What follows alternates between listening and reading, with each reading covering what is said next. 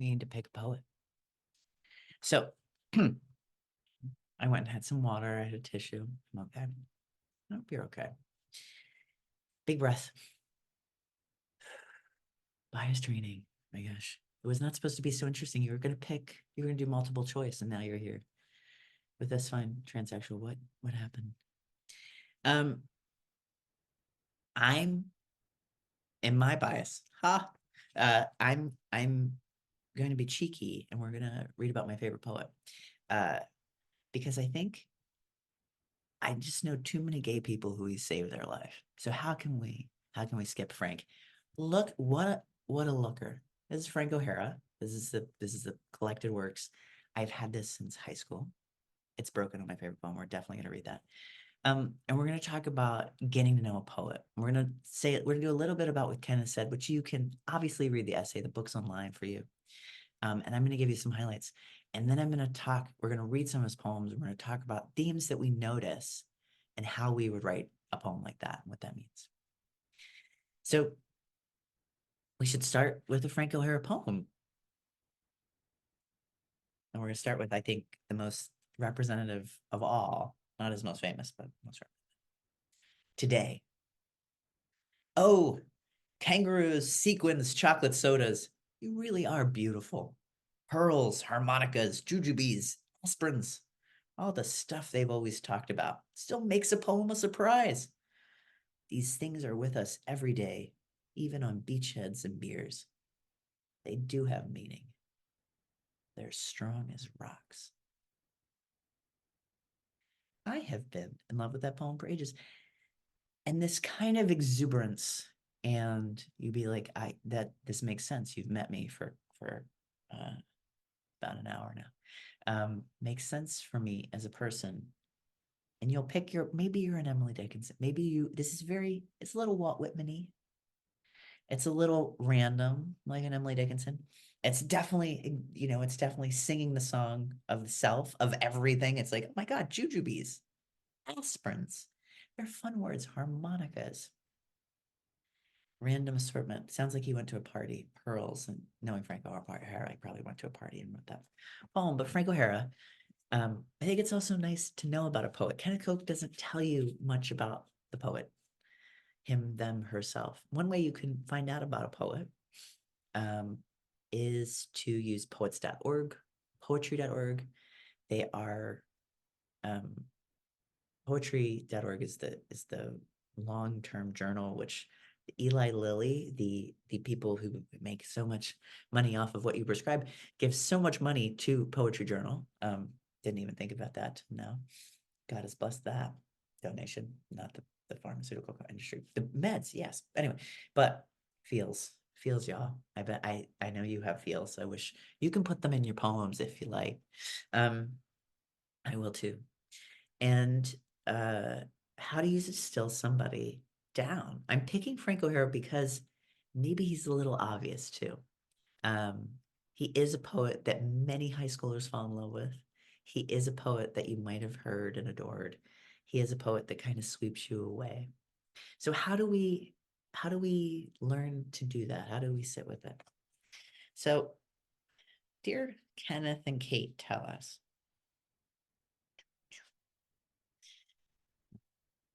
Too many markers, Jack. Okay, talking about poetry. Ah, here we go. I have all these lovely things to tell you. I have to find them. Suppose you want to say music. Oh, sorry. Here we go. Suppose you want to say something that is so right and beautiful. Writes Kenneth Koch, Kate Farrell. The way music is right and beautiful. Even though you might not understand exactly why. Or suppose words excite you. The way stone excites a sculptor and inspire you. Words inspire you to use them in a new way. How can I convey to you the meaning of my love, my frustration, my ardor? my flatulation. And that for these or other reasons you like writing because of the way I made that part up, just added that in there, kind of cooked and said. And maybe it is all these or other reasons you like writing because of the way it makes you think, because what it helps you understand. Many people say that they cannot figure something out until they write it out. That's why people journal, right? Poetry can be another way of telling our stories, telling other people's stories. These are some of the reasons people write poetry, why poets write poetry. And if you write a poem, you are a poet, you already wrote a poem. So you are my poets. I love my poet friends. Being moved by a poem, laughing or feeling sad, full of longing, or being excited by it, or feeling maybe you don't know why, the rightness of the poem is a serious part of reading and liking poetry. And if a poem still seems hard to you, it may be because you're looking for something that isn't there. The search for deep meaning behind what is said is usually painful and unrewarding. Sounds like relationship life too. Poems don't usually have hidden meanings. I remember reading that. I had been writing poetry for 20 years when my friend gave me this book, and I thought, are you kidding me? I wish I had paid to get the MFA so I could learn that. Remember, writing poems of your own will help you know it. The poets are not big, dark, heavy personages dwelling in clouds of mystery, but people like yourself who are doing what they like to do and do well. I want to give you a caveat. Sometimes people make the mistake of analyzing the poem word before they got an idea of what the whole poem is like. This seems scholarly, unscientific, but is misleading. As analyzing each, we're not Lacanian here, but as analyzing each of a person's words in a conversation before you know who he is or what they are talking about, rather than starting right in to analyze according to some already existings you have about some woman, or person, or them, or him. To think of how the poem is affecting you, how the poet is affecting you. Think of your own response to it. So how'd that poem land? How did it hit you? Or did you think it was weird? Think it was fun? Think it was weird? I love that they're strong as rocks. Couldn't you feel the rocks? Did you see the ocean? I always do. I don't know why. How do you do that? I love that. Now about Frank O'Hara, who's in the book. Now you should know Frank O'Hara is also part of what is known as the New York School of Poets. They were Kenneth Koch, Frank O'Hara were down at the Cedar Bar. If you want to do, if you're like a New York, I was a New Yorker, and you would love this kind of stuff, if you don't just listen for 20 seconds, but if you do, they would like hang out with like Jackson Pollock and de Kooning, and they're really co-constructing brilliantly this kind of mid-century art. Friends with people like Jasper Johns, John Ashbery, James Schuyler. So what does Kenneth Koch teach us about his pal, Frank O'Hara? Frank O'Hara died quite young in an accident. It's very sad. Small personal details, such as the time you wake up, he didn't say, but now I'm reading. Small personal details, such as the time you wake up, the books you buy, who you call on the phone, what clothes you wear, actually make up a rather large part of experience and matter a lot. But they aren't usually put into poetry. They don't seem important enough or general enough. How can these things matter to anyone except the person who experiences them? Frank O'Hara puts them into his poetry for their own sake. They're simply there, as important as anything else. Instead of beginning with a subject, it often seems as though Frank O'Hara began a poem just by starting to write as a person begins a conversation, just starting to talk. Subjects, ideas, perceptions come up in his poem the way they do in thinking and conversation, one after another, connected and unconnected. The poem is a little hard to read until you get used to the way O'Hara lets the details of his thoughts flow into one another, the way they probably really did during his thinking or sleeping or being. Frank O'Hara said in an essay about writing, you just go on your nerve. And then you get to the brilliant, concise, honest kind of sense there is on Sleeping on the Wing, which is the name of a poem he wrote. Actually, that's the name of the book. You probably have to give up advanced planning and logic and restraint and trust your nerve. And we're going to talk about how little access you have to medical information about trans people, how that's still growing too, and how much nerve it takes to do what you do and to learn to think more broadly. So one of the assignments that you can do, I'm going to tell you, is you're so welcome to do the Kenneth Koch version, is you can dive in and he's drawing on a poem, a very famous poem, and we're gonna get it out of here, which is, I think, perhaps the inspiration for Talking to the Sun. Um, it's called Talking to the Sun on Fire Island. And of all the things, uh,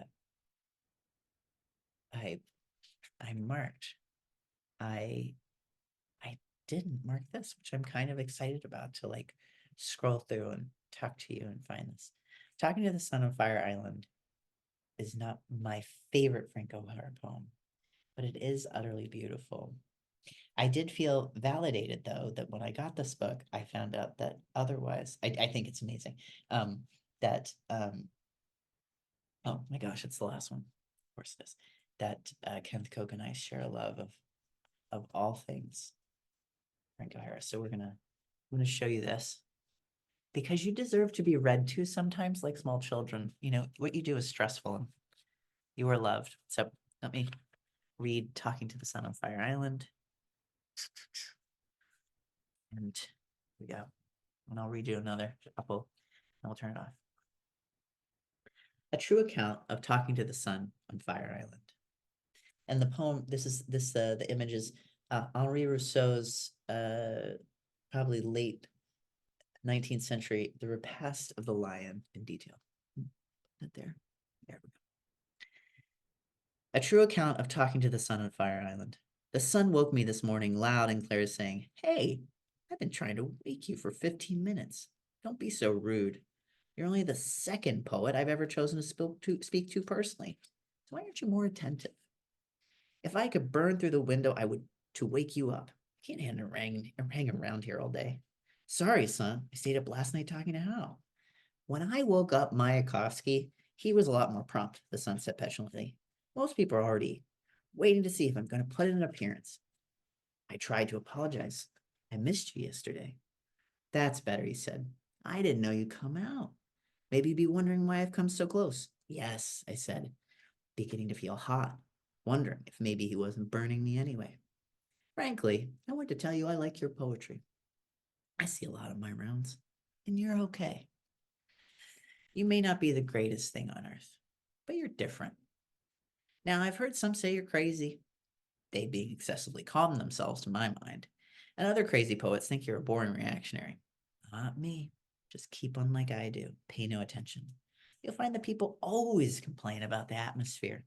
Either too hot, too cold, too bright, too dark, days too short or long. If you don't appear at all one day, they think you're lazy or dead. Just keep right on. I like it. And don't worry about your lineage, poetic or natural. The sun shines on the jungle, you know, and the tundra, the sun, the sea, the ghetto. Wherever you are, wherever you were, I knew it and saw you moving. I was waiting for you to get to work. And now that you're making your own days, so to speak, even if no one reads you but me, you won't be depressed. Not everyone can look up, even at me. It hurts their eyes. Oh, son, I'm so grateful for you. Oh, Frank. Oh, thanks. And remember, I'm watching. It's easier for me to speak to you out here. I don't have to slide down between buildings to get in your ear. I know you love Manhattan, but you ought to look up more often and always embrace things. People, earth, sky, stars, as I do, freely and with that appropriate sense of space. That is your inclination. Known in the heavens, and you should follow it to hell if necessary, which I doubt. Maybe we'll speak again in Africa, which I too am especially fond. Go back to sleep now, Frank. You may leave a tiny bulb in that brain of yours as a farewell. Son, don't go. I was awake at last. No, go I must. They're calling me. Who are they? Rising, he said. Someday you'll know. They're calling you too. Darkly he rose, and then I slept. What? So, Kenneth Koch asked you to write a poem about a dream. You can do that. You might be dreaming about things. You might be daydreaming. You can use any sort of dream. He gives you lots of ideas at the end of this book. He also suggests that you write. Another kind of poem is to write is about a day, right? And probably Frank O'Hara's most famous poem is The Day Lady Died. And you could just describe what that day meant to you and how it worked. The day lady died. I'm going to read you this, and I'm going to read you one more poem that's not in the book, which I think is really beautiful. And I'm going to give you one more other assignment, and then we'll get into how to put this together. I'm just dream a day. This is the day lady died. It is 12:20 in New York, a Friday, 3 days after Bastille Day. Yes, it is 1959, and I go get a shoe shine because I will get off the 419 in East Hampton at 7:15 and then go straight to dinner, and I don't know the people who will feed me. I walk up the muggy street beginning to sun and have a hamburger and a malted and buy an ugly New World Writing to see what the poets in Ghana are doing these days. I go onto the bank. Miss Stillwagon, first name Linda, I once heard, doesn't even look up my balance for once in her life. And in the Golden Griffin, I get a little Verlaine for Patsy with drawings by Bonnard, although I do think of Hesiod, trans Richmond Lattimore, or Brendan Bellon's new play, or Le Balcon, or Les Nigres of Genet, but I don't. I stick with Verlaine after practically going to sleep with Vauderinus. And for Mike, I just stroll into the Park Lane liquor store and ask for a bottle of Strega, and then I go back where I came from to 6th Avenue and the tobacconist in the Ziegfeld Theater and casually ask for a carton of Galusas and a carton of Picayunes and a New York Post with her face on it. And I am sweating a lot by now and thinking of leaning on the John door in the 5 spot while she whispered a song along the keyboard to Mal Waldron, and everyone and I stopped breathing. So the lady in this poem is the great Billie Holiday, and he's talking about seeing like just this incredibly banal. These are numbers and these are dates. These are things I did. Here's what's in my head. Should I get that translation? I think that's better than this. What should I do? Oh, I should get this bottle of liquor. And then suddenly everything stopped falling against the wall, right? What day do you want to write about? What patient do you write about? We won't know, right? Is that, what do you call it in Canada? We have HIPAA or the health regulations. I'm sure you do too. I'll leave you one other kind of poem that you might want to write. And that is the marvel of love in all sorts of forms. This poem is called Having a Coke with You. I read it. This is the poem I read 32 years ago that brought me to poetry. Having a Coke with You is even more fun than going to San Sebastian, Arun, Hendaye, Biarritz, Bayonne, or being sick to my stomach on the Traversa de Gracia in Barcelona. Partly because in your orange shirt you look like a better, happier Saint Sebastian. Partly because of my love for you. Partly because of your love for yogurt. Partly because of the fluorescent orange tulips around the birches. Partly because of the secrecy our smiles take on before people in statuary. It is hard to believe when I'm with you that there can be anything as still, as solemn, as unpleasantly definitive as statuary, when right in front of it, in the warm New York 4 o'clock light, we are drifting back and forth between each other like a tree breathing through its spectacles. And the portrait show seems to have no faces in it at all, just paint. You suddenly wonder why anyone in the world ever did them. I look at you, and I would rather look at you and all the portraits in the world, except for occasionally the Polish Rider. And anyway, it's in the Frick, which thank heavens you haven't been to yet, so we can go together for the first time. Just as at home, I never think of the nude descending a staircase, or at a rehearsal, a single drawing of Leonardo or Michelangelo that used to wow me. And what good does all the research of the Impressionists do them when they never got the right person to stand near the right tree when the sun sank? Or for that matter, Marino Marini, when he didn't pick the rider as carefully as the horse. It seems they were cheated of some marvelous experience, which is not going to go wasted on me, which is why I am telling you about it.